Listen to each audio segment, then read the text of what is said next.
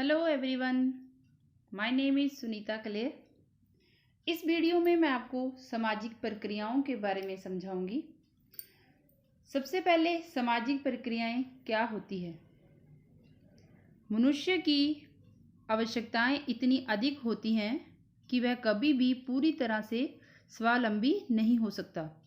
अपने उद्देश्यों या ज़रूरतों को पूरी करने के लिए उसे या तो किसी से सहयोग लेना पड़ता है अथवा संघर्ष करना पड़ता है।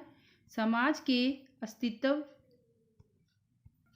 के अस्तित्व अनवरता के लिए ये प्रवृत्तियां आवश्यक होती हैं। इन प्रवृत्तियों को ही सामाजिक प्रक्रिया कहते हैं। अर्थात मनुष्य की आवश्यकताएं इतनी अधिक हैं कि वो एक दूसरे के ऊपर डिपेंड रहता है। उसको अपनी किसी भी ज़रूरत को पूरा करने के लिए दूसरे का सहयोग या संघर्ष या प्रतिस्पर्धा करनी होती है। समाज का अस्तित्व तभी बना रह सकता है अगर वो अपने अगर समाज का अस्तित्व तभी बना रह सकता है अगर वो प्रतिस्पर्धा कर रहा है, एडजस्टमेंट कर रहा है। ठीक है, तो ये सब जो प्रवृत्तियां हैं हमारी, जैसे संघर्ष करना, एडजस्ट करना, ये सब सामाजिक प्रक्रिया के अंतर्गत आती हैं। नेक्स्ट है सामाजिक प्रक्रियाएं। Social process. लेस्ली ने कहा है कि बार बार दोहराई जाने वाली सामाजिक अंतःक्रिया को सामाजिक प्रक्रिया कहते हैं। These repetitive forms of social interaction are called social process.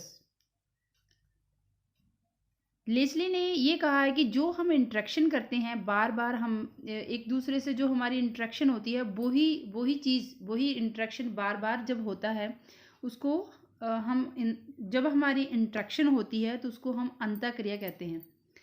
और जब वो वही चीज़ बार बार जब दोहराई जाती है उसी को हम सामाजिक प्रक्रिया कहते हैं।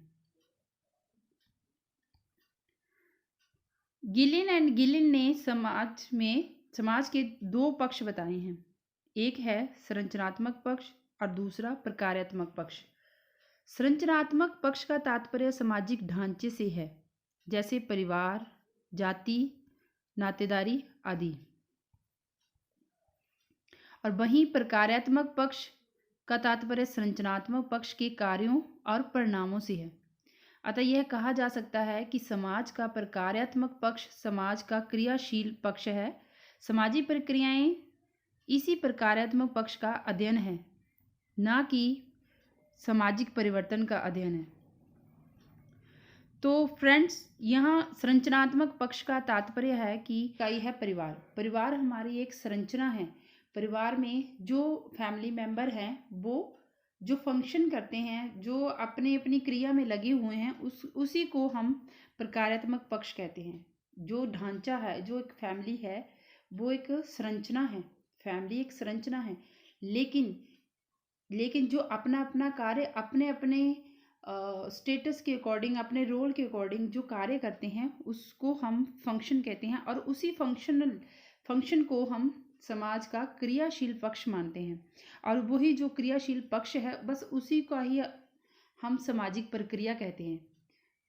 ठीक है, ना कि जो समाज में परिवर्तन आता है उसको हम सामाजिक प्रक्रिया नहीं कहेंगे, लेकिन जो परिवर्तन आ रहा है ना, जो सामाजिक प्रक्रिया के जो प्रोसेस हो रहा है, वही जो प्रोसेस है वो सामाजिक प्रक्रिया है। नेक्स्ट है सामाजिक प्रक्रियाओं की विशेषताएं।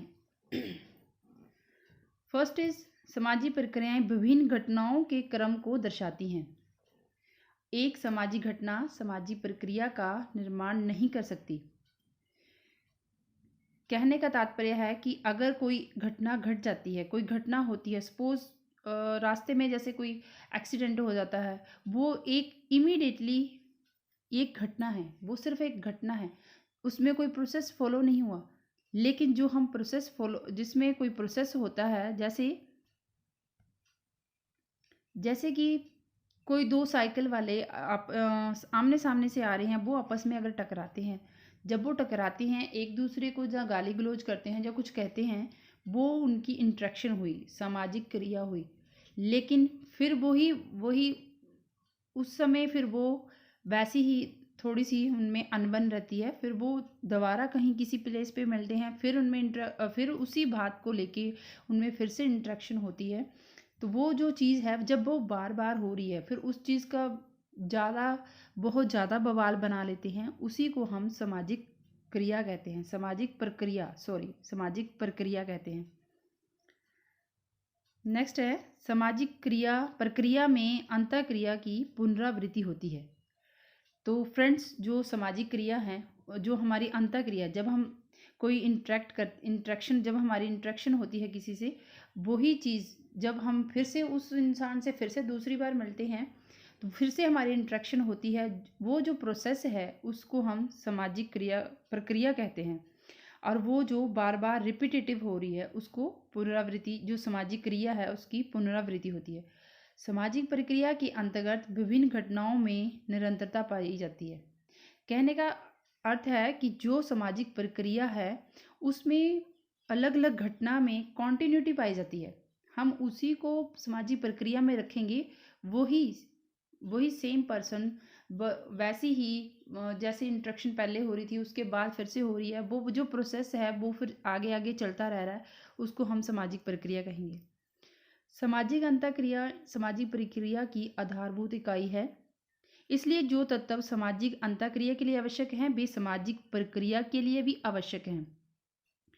जैसे कि संपर्क, सामाजिक प्रक्रिया के होने के लिए हमें तो एक दूसरे से इंटरेक्शन तो करना पड़ेगा ना, इंटरेक्शन तो होगी। जब इंटरेक्शन होगी तभी इंटरेक्शन वो बार बार होगी, तब वो सामाजिक प्रक्रिया होगी। और उसके लिए कोई ना कोई माध्यम तो जरूर होगा, संचार, उत्तेजना, रिस्पॉन्स, एटसेट्रा। सामाजिक प्रक्रिया में विभिन्न घटनाओं के बीच संबंध पाया जाना आवश्यक है।